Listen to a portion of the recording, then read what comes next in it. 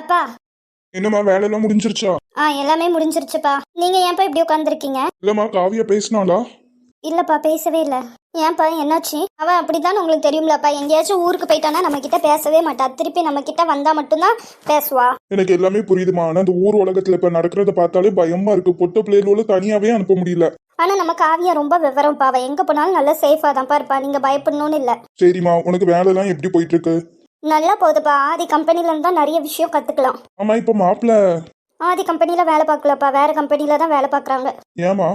அவங்களுக்கும் ஆதிக்கும் ஏதோ பிரச்சனைன்னு நினைக்கிறேன்ப்பா. அதனால சரி, வெளியில வந்து வேலை பார்க்கறது இன்னும் நல்ல எக்ஸ்பீரியன்ஸ் கிடைக்கும். அதுக்கப்புறம் எனக்கு அப்புறம் நம்ம கம்பெனியை தூக்கி நிறுத்த போறது நீயும் மாப்பிள்ளையும் தான். சரிப்பா.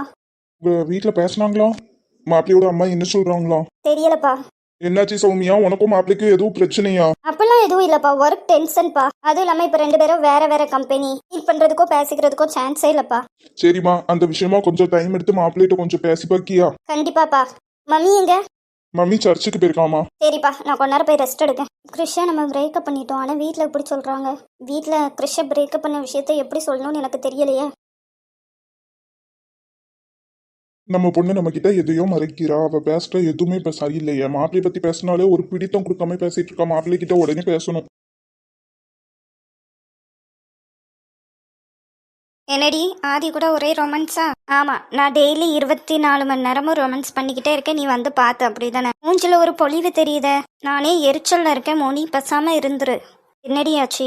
அதான் அங்க ஸ்வாத்தின்னு ஒருத்தி வந்திருக்கால என் உசுரை வாங்குறதுக்குன்ட்டு. ஓ, மேடமுக்கு பொசசிவ் ஆகுது. நீ தான் 1 வருஷத்துல டைவர்ஸ் கொடுத்துட்டு போறல. அதுக்கப்புறம் ஆதி யாரையும் கல்யாணம் பண்ணிட்டு போறாங்க. உனக்கு என்ன? நீ என்னோட ஃப்ரெண்டு தானே? இல்ல, ஆதியோட அண்ணி. இங்கே பாருடி, யாரு தப்பு பண்ணாமல் இருக்கா சொல்லு? எல்லாருமே தப்பு பண்ணுறாங்க. அண்ட் ஆதி வந்து அந்த உண்மையை ஃபுல்லு தெரிஞ்சிருந்துச்சுன்னா இப்போ உனக்கும் அதுக்கே இவ்வளோ பிரச்சனைமே இல்லை. அவங்க தப்பாக புரிஞ்சுக்கிட்டு தான் உன்னைய பழி வாங்கணும் அது இதுன்னு யோசிச்சுட்டு எல்லாமே பண்ணிட்டாங்க. இப்போ நீ வந்து கோவப்படுற கரெக்டு தான், பட் மன்னிச்சு விடலாம்ல. எல்லாம் தெரிஞ்ச நீயே இப்படி பேசலாமாடி? எனக்கு எல்லாமே தெரியும்டி. நீ எவ்வளோ கஷ்டப்பட்ட, ஆதியை எவ்வளோ நம்பின, எல்லாமே தெரியும். ஆனால் இப்போ நான் 2 பேர் சைடுமே பார்த்துட்ருக்கேன்ல. இந்த ரிலேஷன்ஷிப்பை சரி பண்ணணும்னு சொல்லிட்டு ஆதி எவ்வளோ ட்ரை பண்ணுறாங்க. அதுக்காக ஒரு சான்ஸ் கொடுக்கலாம்ல. எனக்கு எல்லாமே புரியுது மோனி. ஆனால் ஒரு விஷயம் யோசிச்சு பாறேன். இப்போது அவங்க அம்மாவுக்கு நான் அவங்க அண்ணே பொண்ணுங்கிறதால தான் இப்போ ஏற்றுக்கிட்டாங்க. சப்போஸ் அண்ணே பொண்ணு இல்லாமல் நான் வேறு ஏதாச்சும் ஒரு பொண்ணு இருந்தால் அவங்க அம்மா இப்படி என்னை வீட்டில் உட்கார வச்சு பேசிகிட்டு இருப்பாங்களா? உனக்கு எப்படி பண்ணாங்களோ அதே மாதிரி தானே பண்ணுவாங்க. அண்ட் இன்னொரு விஷயம், இப்போ எங்கள் அப்பா மேலே எந்த தப்புமே இல்லைன்னு தெரிஞ்சதுக்கப்புறம் ஆதி இப்படி பண்ணுறாங்க. ஒருவேளை எங்கள் அப்பா மேலேயே ஃபுல் தப்பு இருக்கட்டுமே, அப்போ தெரிஞ்சு பழி வாங்கியிருந்தாங்கன்னா ஆதி என்ன பண்ணியிருப்பாங்க? இப்படியா என் கூட இருப்பாங்க? எங்கள் அப்பா பண்ண தப்புக்கு நான் என்னடி பண்ணேன்? நான் எதுக்கு யூஸ் ஆக்கிக்கிடணும்னு கேட்குறேன். என்னோடய ஃபீலிங்ஸ்க்கு என்ன மரியாதை? எல்லாம் ஓகே தாண்டி. இப்போ நான் என்ன சொல்கிறேன், நான் நடந்ததே இழுத்து பிடிச்சிட்டு இருக்காத. லைஃப்பை அந்த ஃப்ளோலே விடு. ஆதி கூட இரு. உனக்கு ஆதியை எப்போ மன்னிக்கணும்னு தோணுதோ மன்னிச்சு ஏற்றுட்டு 2 பேரும் லைஃப் ஸ்டார்ட் பண்ணுங்க, சரியா? எனக்கு மன்னிக்கணும்னே தோணலை. அப்புறம் ஏன் அந்த ஸ்வாதி மேலே உனக்கு இவ்வளோ கோவம் வருது? அது பொசசிவ்னஸ். என்னதான் இருந்தாலும் லவ் பண்ணி தொலைஞ்சிட்டேன்ல. ஸோ ஒத்துக்கிற. ஆதியை நீ இப்போ லவ் பண்ணிட்டு தான் இருக்கேன். வெறுக்கல் அப்படி தானே? படம் போட்டுட்டான், டிவியை பாரு, அட்வர்டைஸ்மெண்ட் முடிஞ்சு போச்சு. நான் கேட்டதுக்கு பதில் சொல்லு. என்னால் ஆதியை வெறுக்கவே முடியல. அதான் ஏன் ஐ லவ் ஹிம், அவ்வளோதாண்டி, முடிஞ்சு போச்சு. அதுக்கப்புறம் இதை பற்றி எக்ஸ்பிளைன் பண்ணுங்களா? இல்லை ஆதி மேலே உனக்கு கோவம் இருக்கா? அவரை கெஞ்ச வைக்கணும்னு நினைக்கியா? கெஞ்ச வச்சுக்கோ. சரி, நல்ல முடிவாக எடு. நீ எந்த முடிவு எடுத்தாலும் நான் உன் கூட இருப்பேன். சரிடி.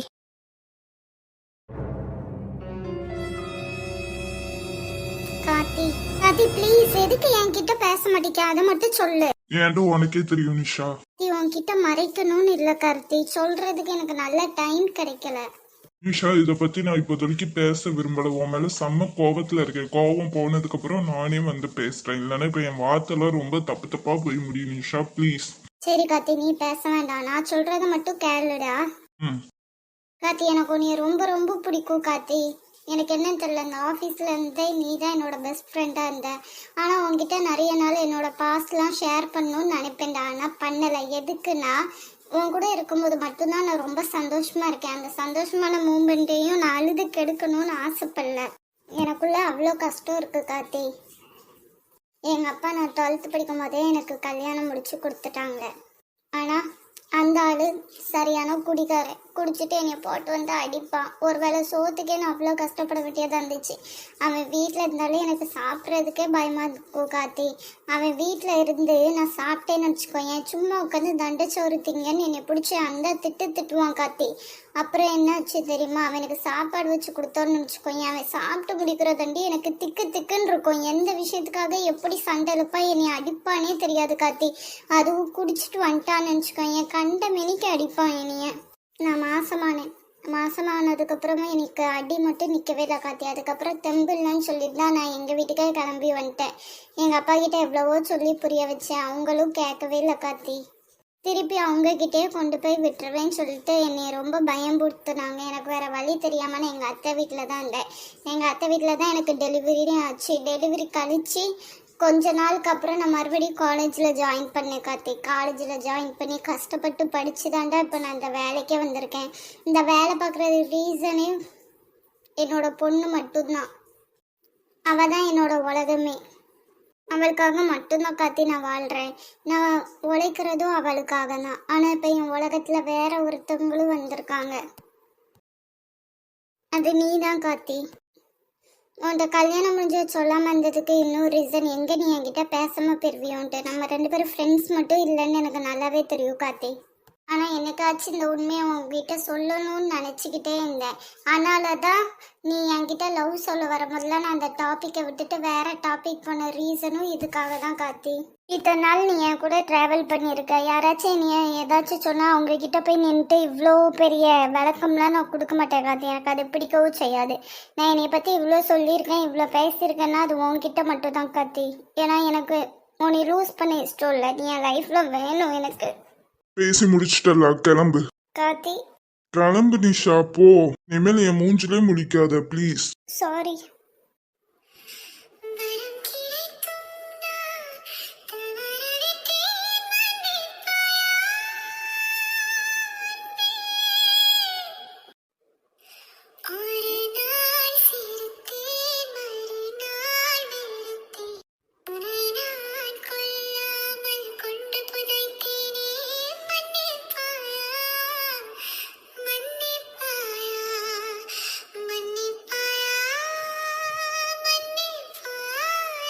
சாரி நிஷா, எனக்கு தெரியும் இப்போ நீ ரொம்ப கஷ்டப்படுவேன்ட்ட. உன்னை விட நான் ரொம்ப கஷ்டப்படுறேன்டி.